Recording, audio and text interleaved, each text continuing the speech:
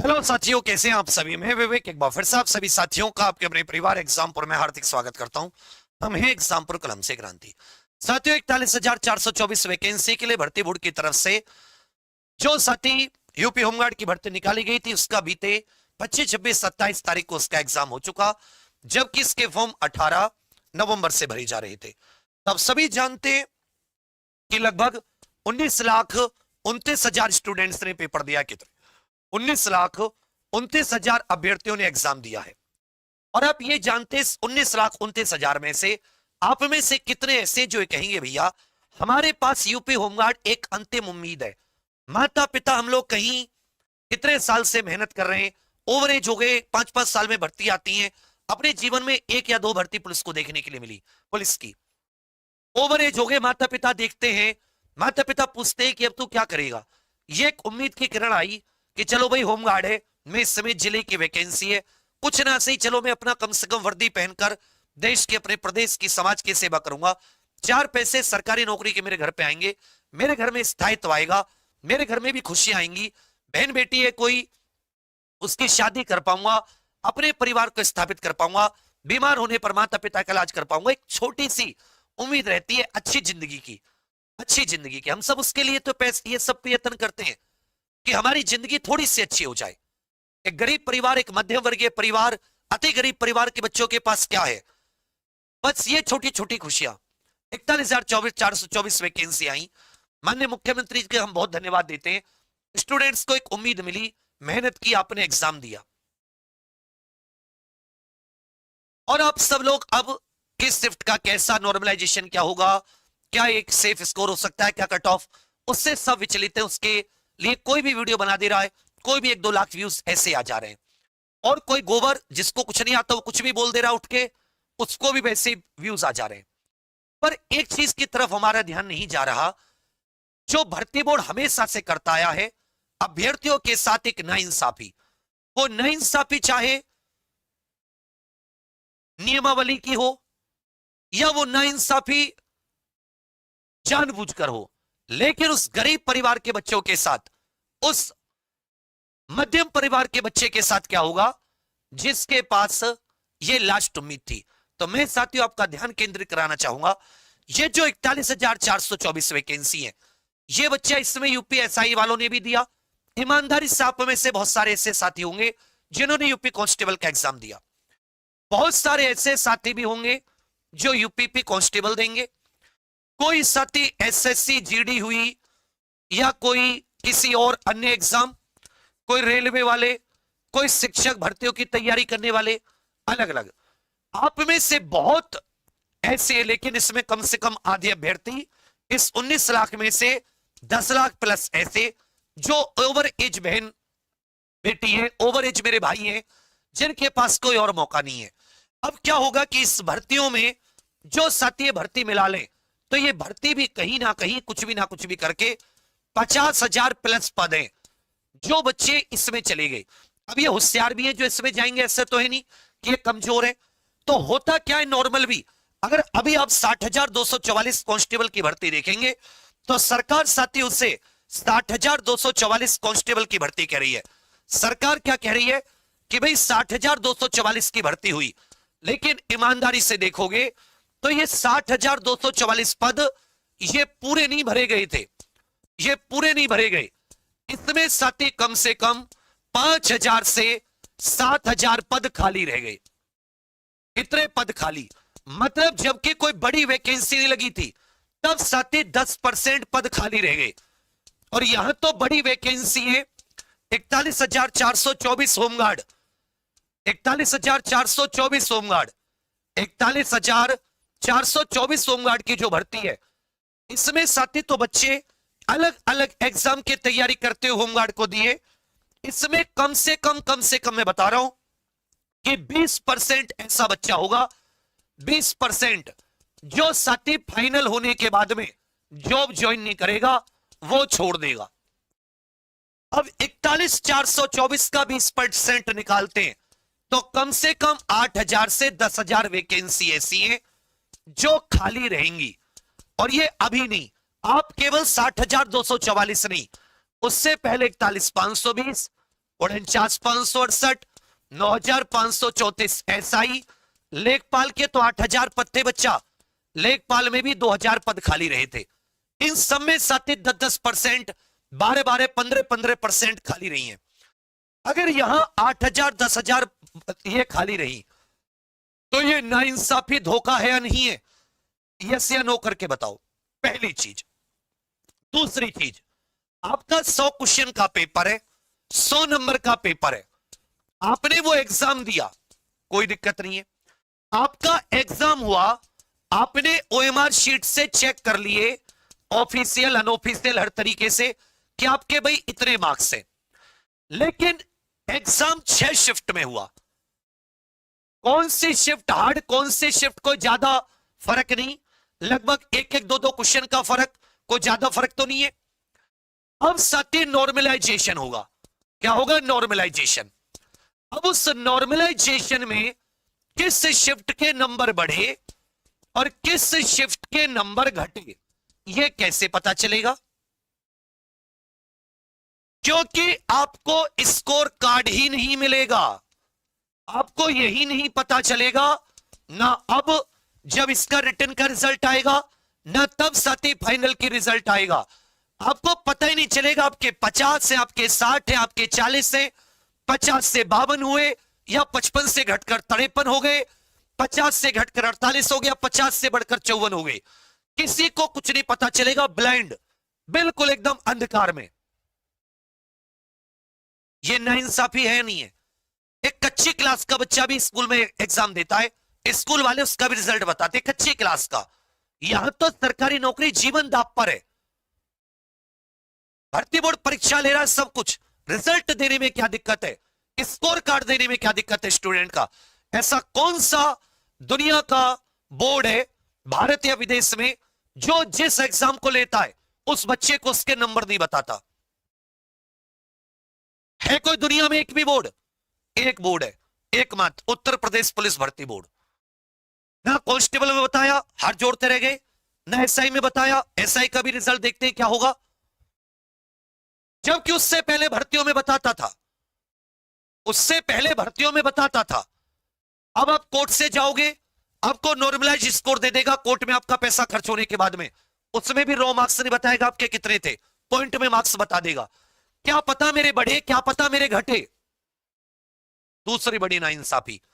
तो साथियों, दो बड़े हैं जो बच्चे के साथ एक प्रकार की नाइंसाफी है, इसमें हमें आवाज उठानी है और हमें ये दोनों चीजें, स्कोर कार्ड भी और हमें भर्ती बोर्ड और माननीय मुख्यमंत्री से निवेदन करना है कि हमारी एक भी सीट खाली ना रहे। तो मैं अब सभी से जानना चाहूंगा कि क्या इस मुद्दे पर आवाज उठानी चाहिए? हम लोग SI के लिए भी उठा रहे हैं, लगातार ट्विटर कैंपेन कर रहे हैं स्कोर कार्ड के लिए और सीट खाली ना रहे, इवन सीट बढ़ाने के लिए भी। तो यहां तो सीट बढ़ाने की चलो कोई बात नहीं, कम से कम स्कोर कार्ड और सीट तो खाली ना रहे। अगर बच्चा 8-10 हजार, क्योंकि होमगार्ड ये निश्चित है वही बच्चा ज्वाइन करेगा जो सच में बहुत गरीब परिवार से है, जिसके पास उम्मीद नहीं है, ओवर एज है, मां बाप की आंखों में खुशी के आंसू लाने के लिए तरस रहा है, अपने घर से दूर महाराष्ट्र या गुजरात की फैक्ट्रियों में खप रहा है, कहीं कोई गार्ड की नौकरी कर रहा है या कहीं कोई बस बैठा है अपनी एज को ओवर एज होते हुए देखता हुआ।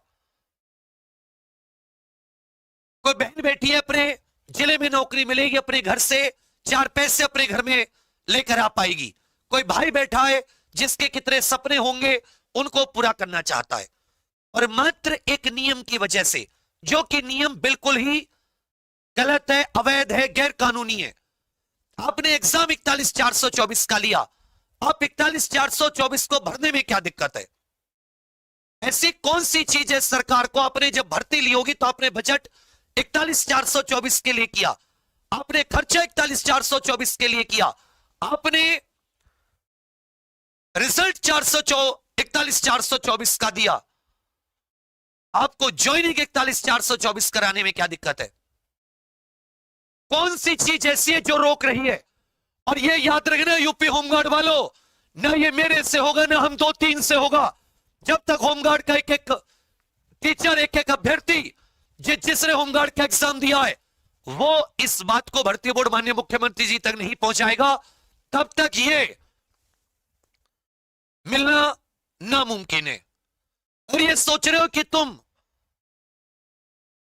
ट्वीट नहीं करोगे, तुम ट्विटर कैंपेन नहीं करोगे, तुम बात नहीं कहोगे, तुम्हारी ओर से कोई और कर देगा, तो कोई साथी ऐसे बैठा होगा कि तुम उसकी ओर से कर दो।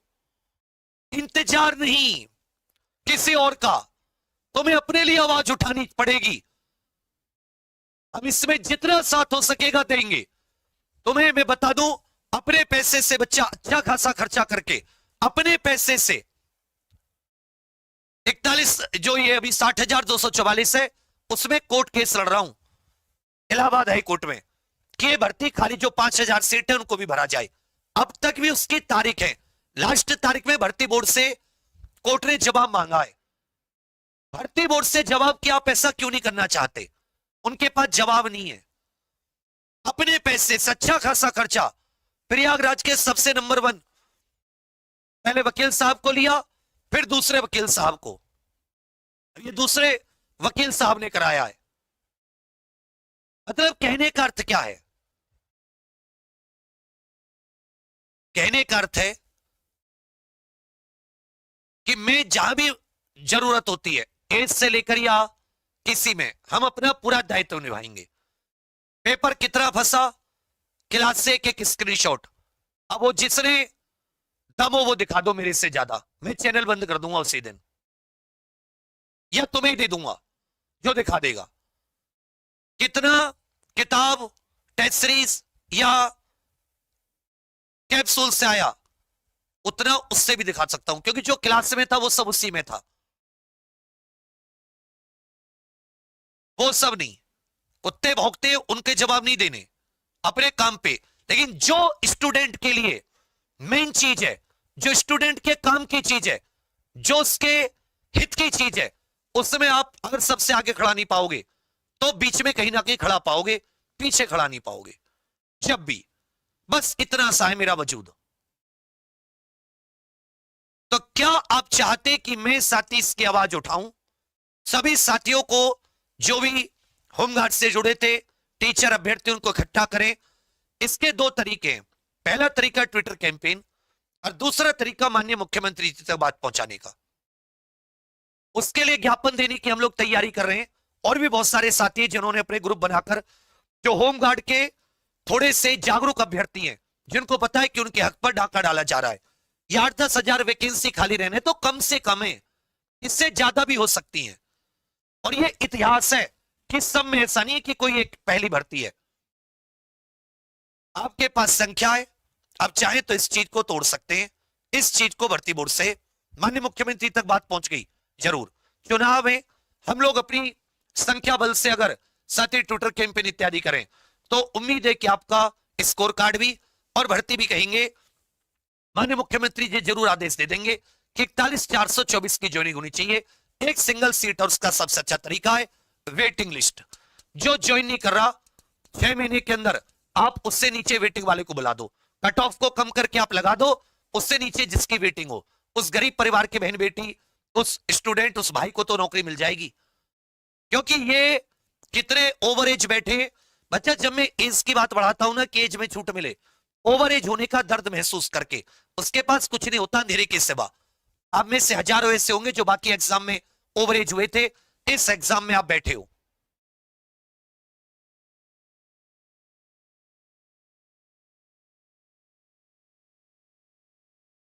हजारों। इसके बाद में क्या, जो जेन्युइन जिस स्टूडेंट को ज्वाइन नहीं करना, उसके हाथ जोड़ देंगे ना कि तू दौड़ करने मत जा, तभी वो मेरी नहीं सुनेगा। उससे रिक्वेस्ट करेंगे कि जिसको ज्वाइन नहीं करनी वो दौड़ करने ना जाए, वो मेडिकल में भाग ना ले, उससे कुछ नहीं बदलेगा जब तक कि एक आदेश नहीं आएगा 41,424 की ज्वाइनिंग होनी चाहिए। मैं इसमें साथ हूं। अगर आप सब साथ हैं तो इस वीडियो के नीचे कमेंट कर देना, और कम से कम इतने कमेंट कर देना कि और अगर कोई देखे तो कहे कि यहां बच्चों की जीवन में समस्या है। इन्हीं के कमेंट्स के स्क्रीनशॉट मैं भर्ती बोर्ड को शेयर कर पाऊं, माननीय मुख्यमंत्री जी को बना के एक फाइल भेज पाए कि 10, 20, 50 हजार स्टूडेंट्स हैं, 1-2 हजार की दिक्कत होती तो कोई बात नहीं, लाखों स्टूडेंट्स हैं ये। तो कमेंट इतनी आनी चाहिए इस वीडियो के नीचे जब ये लाइव एंड हो जाए कि हाँ ये स्कोर कार्ड आना चाहिए और एक भी सीट खाली ना जाए, वेटिंग लिस्ट या रिजर्व लिस्ट जरूर आए। तो ये दोनों के दोनों पॉइंट अगर आप चाहते तो कमेंट्स के नीचे आप बता दीजिएगा। सबके सब हम लोग साथी इसके लिए जितना प्रयास हो पाएगा आप कहेंगे तो हम लोग जरूर करेंगे। और किसी को क्यों नहीं होनी चाहिए वो भी लिख देना, ये भी पता चले कौन नहीं चाहता। बाकी यही मेरी तरफ से था, बहुत बड़ा एक साथी अपराध जैसा है जो भर्ती बोर्ड के द्वारा अभ्यर्थियों के साथ होता है और एक फालतू की नियमावली के द्वारा। बाकी भर्ती बोर्ड ने पेपर कराया, सब ठीक, अच्छी बात। पेपर उल्टा बनाया वो भी झेल लिया बिना सिर पैर का, पर कम से कम ये अन्याय ना हो। इसलिए माननीय भर्ती बोर्ड, माननीय मुख्यमंत्री जी के पैरों में नतमस्तक होकर हम लोग प्रार्थना करते हैं कि इन बच्चों के साथ अन्याय ना हो, क्योंकि वो जो ओवर एज स्टूडेंट होता है उसके आगे अंधेरी गली होती है, उस अंधेरी गली में ना जाए कोई उत्तर प्रदेश का युवा। इतना सा है बच्चा मेरा बस, क्योंकि वो अंधेरी गली ना, जब तुम बच्चों से बात करोगे उसके उस आवाज ही नहीं निकल रही होती, वो बोलना ही नहीं चाहता कुछ, वो चुप रहना चाहता है बस। तो मन मर चुका होता है, उसका दिल एकदम टूट चुका होता है इतने संघर्ष सह के।